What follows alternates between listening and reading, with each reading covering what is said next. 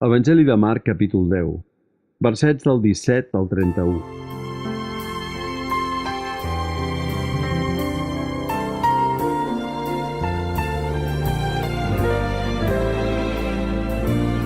Quan es posava en camí, un home s'acostà corrents a agenollar davant de Jesús i li preguntà: «Mestre bo, què haig de fer per a posseir la vida eterna?» Jesús li digué: «Per què em dius bo? De bo només n'hi ha un, que és Déu. Ja saps els manaments: no matis, no cometis adulteri, no robis, no acusis ningú falsament, no facis cap frau, honra el pare i la mare». Ell li va dir: «Mestre, tot això ho he complert des de jove».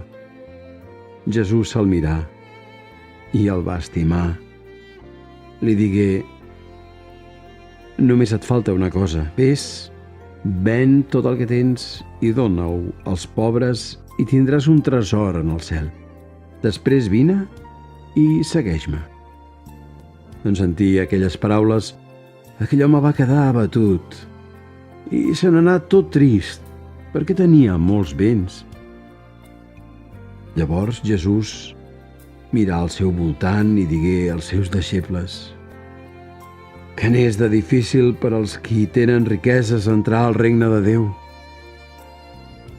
Els deixebles, en sentir aquestes paraules, quedaren molt sorpresos.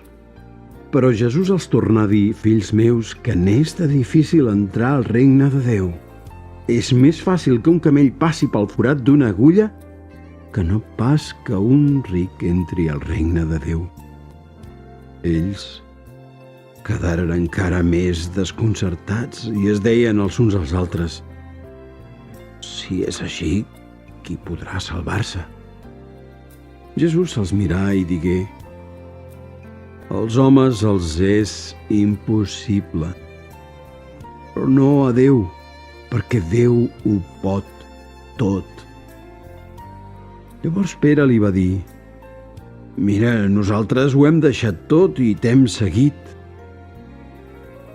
Jesús digué: «Us ho asseguro, tothom qui per mi i per l'Evangeli hagi deixat casa, germans, germanes, mare, pare, fills o camps, rebrà ja en el temps present 100 vegades més de cases, germans, germanes, mares, fills, camps i també persecucions, i en el món futur la vida eterna.